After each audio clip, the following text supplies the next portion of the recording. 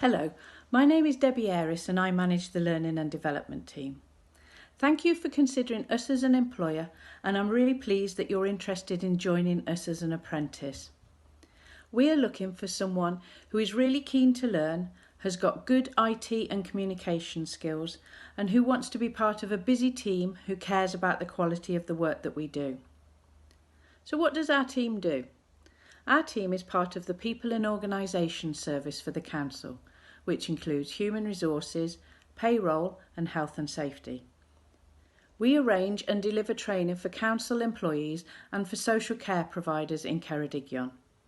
We usually arrange up to 300 events a year, including training on social care, management, Welsh language, health and safety and many more. We have 8 people in our team. Some deliver training and develop e-learning programs, and others focus on the really important administration work that makes our events run smoothly.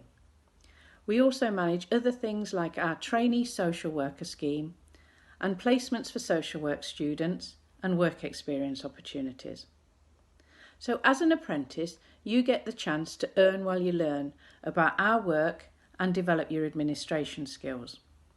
This would include how we organise and advertise training, how we keep records, how we respond to emails, and all the reports we provide.